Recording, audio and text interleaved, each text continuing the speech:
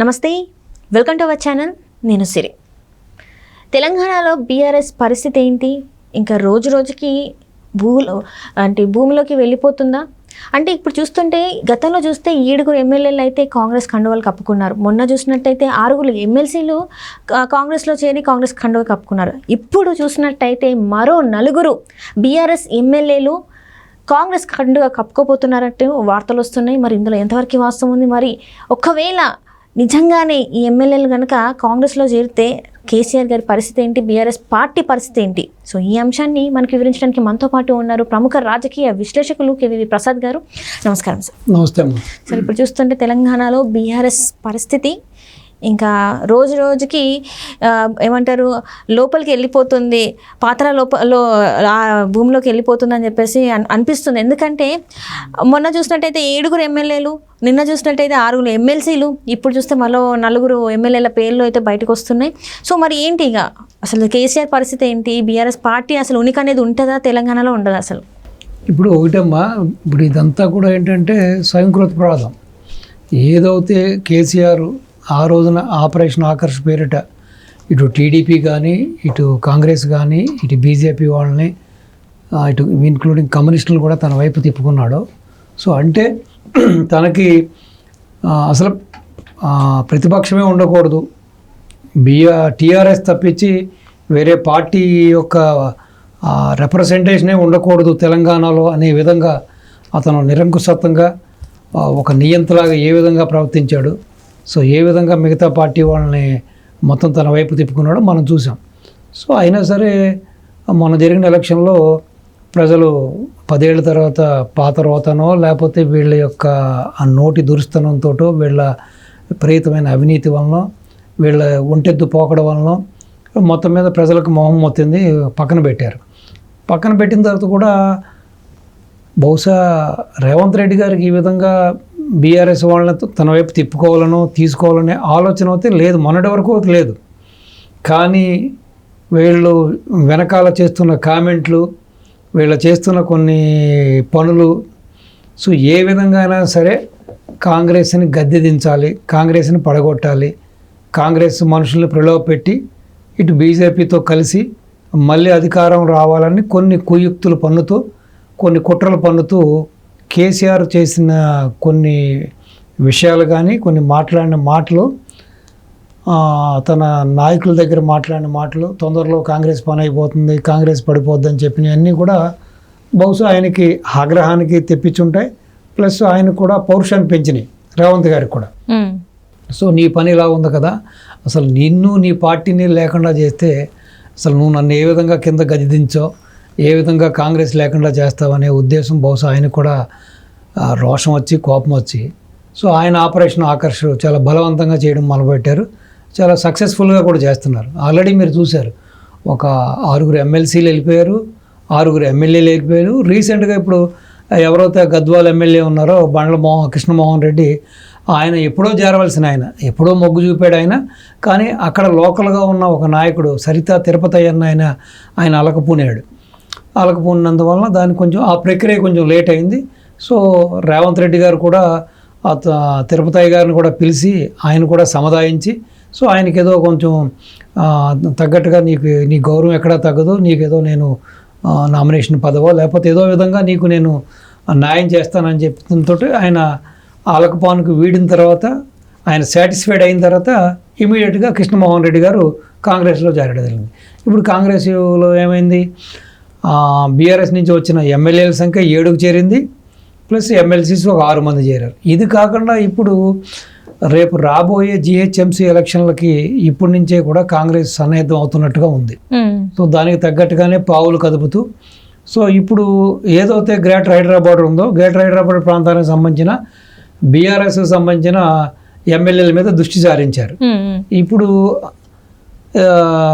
ఆదివారానికి మళ్ళీ ఒక ముహూర్తం పెట్టుకున్నారు. ఈ యొక్క ఆపరేషన్ ఆకర్ష్లో భాగంగా కాంగ్రెస్ ఒక మీటింగ్ పెట్టుకున్నారు. సో ఆ సందర్భంగా గ్రేటర్ హైదరాబాద్ ప్రాంతానికి సంబంధించిన ఒక 4 ఎమ్మెల్యేలు మళ్ళీ ఇటు కాంగ్రెస్ పక్షానికి చేరిపోతున్నారు. సో ఈ విధంగా చూస్తే 7 + 4, సో ఆల్మోస్ట్ ఎంత 11 మంది ఇప్పుడు బీఆర్ఎస్ నుంచి చేజారిపోతున్నారు. సో బీఆర్ఎస్ అధినేతకి బీఆర్ఎస్ యొక్క కుటుంబ సభ్యులకు కూడా ఆల్రెడీ అలజడి మొదలైంది, భయం మొదలైంది. సో చాలా సక్సెస్ఫుల్గా కాంగ్రెస్ ఈ ఆపరేషన్ ఆకర్షణని విజయవంతంగా కూడా చేసుకుంటూ వెళ్తున్నారు. వాళ్ళు ఎక్కడ కూడా ప్రత్యర్థికి అనుమానం రాకుండా ఎవరు వెళ్తున్నారు, ఎవరు జారిపోతున్నారు అనే క్లూస్ కూడా లేకుండా చాలా పకడ్బందీ వ్యూహంతో రేవంత్ రెడ్డి గారు తన చర్యలు అమలు పరుస్తున్నారు. సో ఆ విధంగా ఇప్పుడు తల్ల పట్టు కూర్చున్నాడు కేసీఆర్. అసలు ఏంటిది, ఏం చేయబోతున్నారు, ఎవరు వెళ్తున్నారు, ఎవరు వెళ్ళట్లేరు, ఎవరు ఉన్నారు, సో మనతో ఎవరు ఉండబోతున్నారు. సో ఈ విధంగా ఈ తర్జుమాలోనే ఆయన యొక్క టైం అంతా కూడా అయిపోతుంది. ఆయనకు అసలు దిక్కుతోచిన పరిస్థితిలో ఆయన ఉన్నారు. సో ఏదేమైనా కూడా రాజకీయాలు ఉందాగా ఉండాలి. రాజకీయాల్లోకి వచ్చిన తర్వాత మనం ఎంత అణిగిమణిగి ఉంటే అంత మంచిది. సో ఈ 10 ఏళ్ళు ఏ విధంగా కేసీఆర్ కుటుంబ సభ్యులు ఏ విధంగా రెచ్చిపోయారు, ఏ విధంగా ఈ భూదోపిడికి పాల్పడ్డారు, ఏ విధంగా వాళ్ళు ఈ లక్షల కోట్లు సంపాదించారు అన్నది మనం అందరం చూసాం. అది కాకుండా ఆ గర్వంతో కూడిన మాటలు అసలు ఎవరు లెక్క లేకుండా, ఈవెన్ చంద్రబాబు నాయుడు గారు అరెస్ట్ అయిన సందర్భంగా కూడా వాళ్ళు మాట్లాడిన తీరు, ఇక్కడ నీలాంటి వాళ్ళు మనలాంటి వాళ్ళు కొంతమంది ఐటీ సాఫ్ట్వేర్ కూడా రోడ్డు మీదకి వచ్చి ఆయనకి సంఘీభావం చెల్లుతుంటే కూడా ఏ విధంగా వాళ్ళందరినీ కూడా దుర్భాషలాడారు, ఏ విధంగా అవమానపరిచారు, ఏ విధంగా దాన్ని అణిచేయాలని చూసారో కూడా మనం చూసాం. సో దాని ఎంత ఫలితంగా ఈ రోజున బీఆర్ఎస్ ఓటమి. ఈ రోజున కాంగ్రెస్ గెలిచిందంటే దాంట్లో ప్రధాన భూమిక బాబు గారు సానుభూతి పరులు, బాబు గారు అభిమానులు, టీడీపీ క్యాడరే చెప్పాలి. ఎందుకంటే 30 నుంచి 35 స్థానాలు కాంగ్రెస్ గెలవడానికి కేవలం అది టీడీపీకి సంబంధించిన క్యాడరు, బాబు గారు సానుభూతి పరులు, బాబు గారు అభిమానులే, దాంట్లో ఎటువంటి సందేహం లేదు. సో కేవలం వాళ్ళ యొక్క నోటి దురుస్తోటి, ఇంకా పచ్చిగా చెప్పాలంటే నోటి దూలతోటి వాళ్ళు అధికారానికి దూరం అయిపోయారు. సో అది కాకుండా అక్కడ ఈ కూటమి ఎటువంటి విజయం సాధించిందో మీరు చూశారు. డెఫినెట్గా ఒక సీఎం పొజిషన్లో ఉన్న వ్యక్తికి పక్క రాష్ట్రంలో ఏం జరుగుతుంది అనేది వాళ్ళకు ఒక ఇంటెలిజెన్స్ వ్యవస్థ ఉంటుంది. అసలు ప్రజలు ఏమనుకుంటున్నారు, ప్రజల యొక్క మనోభావాలు ఎలా ఉన్నాయి, ప్రజలు ఏ పార్టీని కోరుకుంటున్నారు, ఏ పార్టీకి ఓటేయాలనుకుంటున్నారు, సో ఏ పార్టీ మీద అసంతృప్తితో ఉన్నారు, ఏ పార్టీ మీద సానుభూతితో ఉన్నారు అనేది క్లీన్గా తెలుస్తుంది. అయినా సరే బాబు గారి మీద అక్కస్తోటి అబ్బాయి మళ్ళీ జగన్మోహన్ రెడ్డి వస్తాడని చెప్పి కేటీఆర్ వీళ్ళందరూ కూడా వంత పాడారు. సో ఏదేమైనా రేవంత్ గారు అయితే కంకణం కట్టుకున్నట్టుగా తెలుస్తుంది. మొత్తం మీద బీఆర్ఎస్ అనేది నామరూపాలు లేకుండా టోటల్గా బీఆర్ఎస్ కంప్లీట్గా కాంగ్రెస్లో మెర్జ్ అయ్యే అవకాశాలు మెండుగా కనిపిస్తున్నాయి.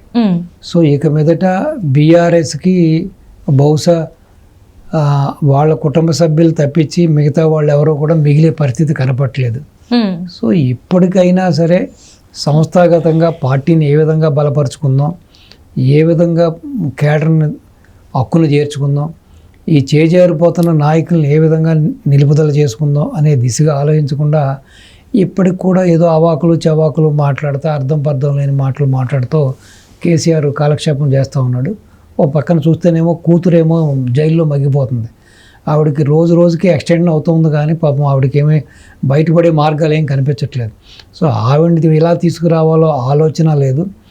కాకుండా ఎంతసేపు ఇటు కాంగ్రెస్ నాయకుల మీద బురదల్లే వ్యవహారం తప్పించి ఓ కన్స్ట్రక్టివ్గా అసలు మన ఓటమికి కారణాలు ఏంటి, మనం ఎందుకు ఓడిపోయాం, ఎందుకు ఈ రోజున మన ఎమ్మెల్యేలు మన ఎమ్మెల్సీలు చేజారిపోతున్నారనే కనీసం ఒక అవగాహన లేకుండా, సో ఇంకా కూడా ఏదో భ్రమల్లో అటు వైఎస్ జగన్మోహన్ రెడ్డి వైఖరి అలాగ ఉంది, వీళ్ళ వైఖరి అలాగ ఉంది. సో ఏదేమైనా సరే ఒక 10 ఏళ్ళు ఏకఛత్రాధిపత్యంగా రాష్ట్రాన్ని పరిపాలించిన బీఆర్ఎస్, అదే టీఆర్ఎస్ నుంచి బీఆర్ఎస్గా రూపాంతరం చెందిన కేసీఆర్ పార్టీ ఈ రోజున పూర్తిగా ఉనికిని కోల్పోయి పూర్తిగా మనుగడే ప్రశ్నార్థంగా మారిపోయింది. కాబట్టి సో డెఫినెట్గా ఇంకా ఫ్యూచర్లో బీజేపీకి ఇటు కాంగ్రెస్ మధ్యనే ప్రధానంగా పోటీ ఉండబోతుంది. సో బీఆర్ఎస్ పూర్తిగా తుడిచిపెట్టుకునే అవకాశాలు కనపడుతున్నాయి. మేబీ కేసీఆర్ గారు, హరీష్ రావు గారు, కేటీఆర్ తప్పించి ఈ ముగ్గురు తప్పించి నాకు తెలిసి ఇంకా బీఆర్ఎస్లో ఎవరు మిగిలే సూచనలు కనపట్ల.